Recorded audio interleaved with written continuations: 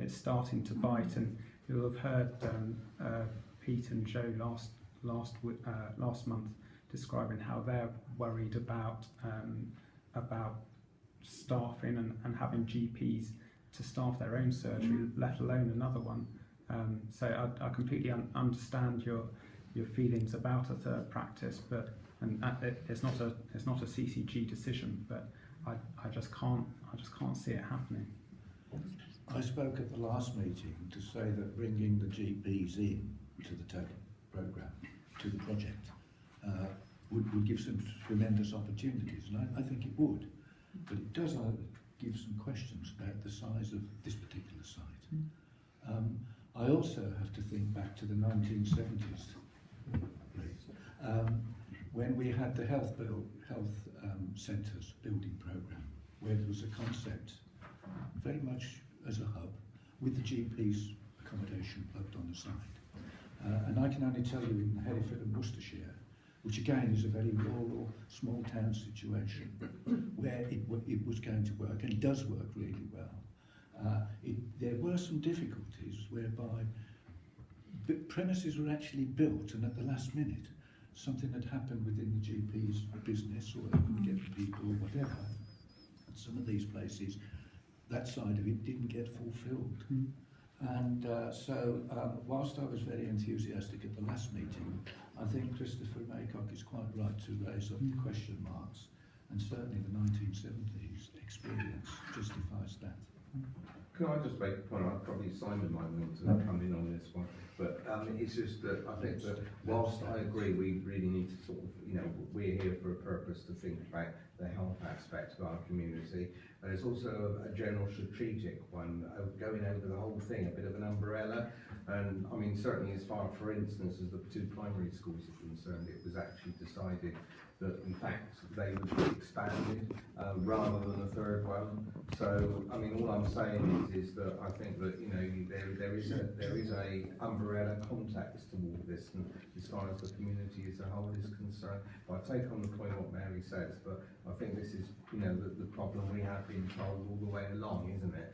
Actually, having another caretaker, having another sort of set of GPs and everything, it's not an easy thing to deliver these days. And rightly or wrongly, having a third GP surgery, it goes completely against government policy, and so we're not going to be enabled. They're not going to make it easy, even if we thought the right thing to do was to open a third GP surgery. Presumably, you could have premises staffed by GPs from the existing surgeries. I mean, I'm concerned about people having to walk uphill to Newcomb's, and Chiddenbrook's not too bad because it's on the level, but I think the number of elderly people who have difficulty walking uphill to that extent. It depends on the scope of this node concept that we've talked about, of how we reach out, not just to Crediton and within walking distance of a guy or a gal with a pushchair, but how we deal with all these other villages out in the sticks. And it may be that taking some of the services from the hub out into the nodes to overcome the problems of the logistics. I can look at Bow, for instance, because that's the surgery that we use, and I know it's working with North Taunton now. Yeah. They've got a nice fairly new practice there. It's a lovely building, though. It's very nice. It's lovely. It's lovely, and you can see that being taken forward and perhaps including more into it. And you look at Clumpton too. I mean, the health centre there is fantastic. Can I just say, actually, Bow Parish Council, I attended them last meeting and everything. They were quite interested in all of this, so there is a lot of interest out there, about this sort of thing in the villages. Simon, sorry, you've been waiting. No, have you done? So I'm quite new to this group. So have you done any just review? This is a fair old big site. It's probably not used particularly efficiently at the moment because, like we do with schools, we tend to add things on and then actually realise we should have actually done it. Have you done any square metres of one GP, square metres of the other GP? Because the beauty about this site is not only does it offer the ability, GP services here would add a sustainability factor to it, but also might deal with some of the issues you have about not having sufficient capacity, so not necessarily having another. It's not as big as it looks. No, and the parking is the big issue. It's not very efficiently used. That's in terms of the way it's laid out. My opinion is that the GPs need to carry on talking and work out kind of what they want to do. From my point of view, I'm completely open to any option. I'm open to the practices if they decide to merge and stay on 2 sites and work out how they work best as a merged practice and utilise some aspects of the hub and not others. I'm up for them coming into the building as it is, if that was felt to be possible. I'm up for kind of, if it made sense, to use the whole site and either extend the hospital, have an underground parking or whatever. I think all options are on the table, and we need to allow the practices to explore the possibilities and then go from there.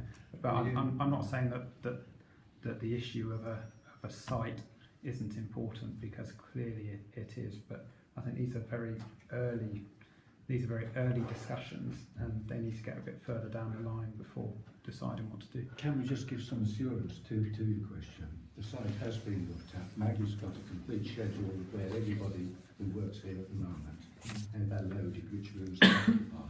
We know how much vacant areas there are now that the beds have closed in other parts. We've also looked at the site with a view to expansion of the buildings. That is fairly self-evident.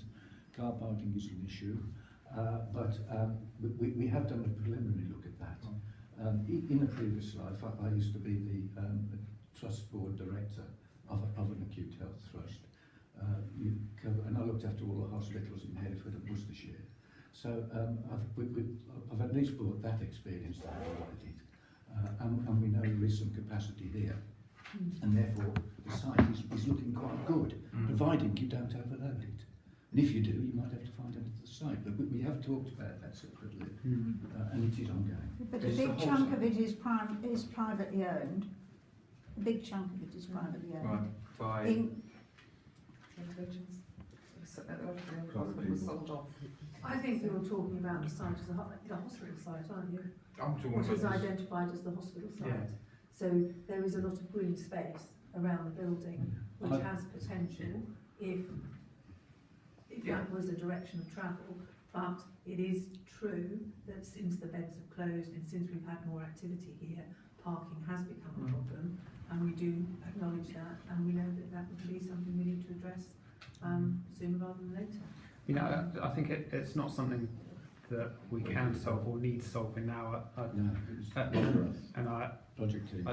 I don't want anyone to think that I think the site isn't, or the site wherever it is, isn't important, because it clearly is. But I think the practices need to develop their ideas a bit more before deciding which way to go. Could I just ask Charlotte, in the discussions we've been having with the GPs and with the idea of seeing if there is sufficient critical mass to bring any services out, has consideration been given to locating them in this building in the interim?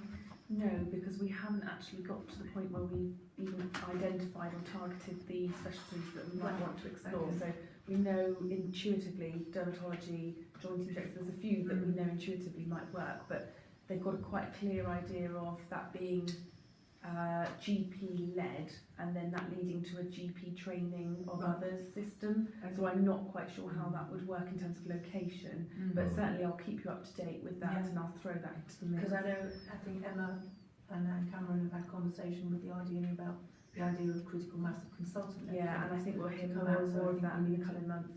Yeah. Keep an eye on that. Yeah. Can I just say, I have suggested, and in a conversation that Maggie and I have had, that even people who are located here at the moment, are sitting behind desks in a room where they've lived for quite some time, do have at this point in time to regard that occupancy as subject to change.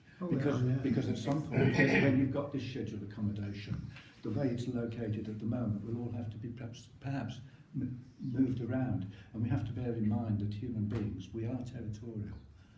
and you can get some tears in this situation. I think the staff are fully aware of this fact. And some of the accommodation is extremely cramped, so they're very aware of the fact that actually some of it's probably legal. Actually, but even if you load some things in at the moment, you may find there are other priorities for that space later on, and some will have to. Yeah, absolutely. So we're all familiar with The that. staff are very supportive of the development of a hub here, and actually would see that as being central, that actually have the right service in the right building, Yes. and where the staff are located is secondary to making sure you've got the services right first.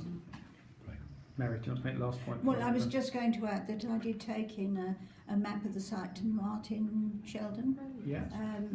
when he was looking at ownership of sites, and it was clearly shown. Christopher Makel gave it to me with, the areas clearly demarcated what belongs to whom, and Martin Sheldon was very sympathetic to the idea of retaining ownership of these sites locally. Yes, and he still remains in that mind.